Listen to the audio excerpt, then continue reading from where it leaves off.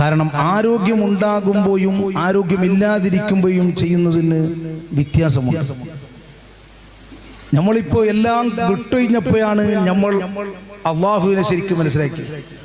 ഡോക്ടർമാർ കൈയൊഴിഞ്ഞപ്പോൾ മാത്രമാണ് ദിക്ർ ചെല്ലാൻ വലിയ ആവേശം കാണിച്ചത്.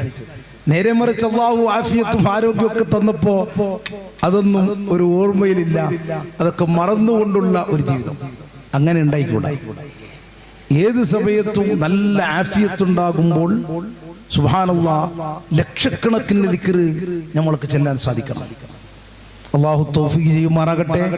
കാരണം ആ ദിക്ർ കൊണ്ട് മാത്രമേ ഒരു മനുഷ്യന് സമാധാനം ലഭിക്കുകയുള്ളൂ. അല്ലാതെ ലോകത്ത് എവിടെ നിങ്ങൾ പോയി കഴിഞ്ഞാലും ഒരു സമാധാനം ഉണ്ടാക്കിയെടുക്കാൻ സാധ്യമല്ല.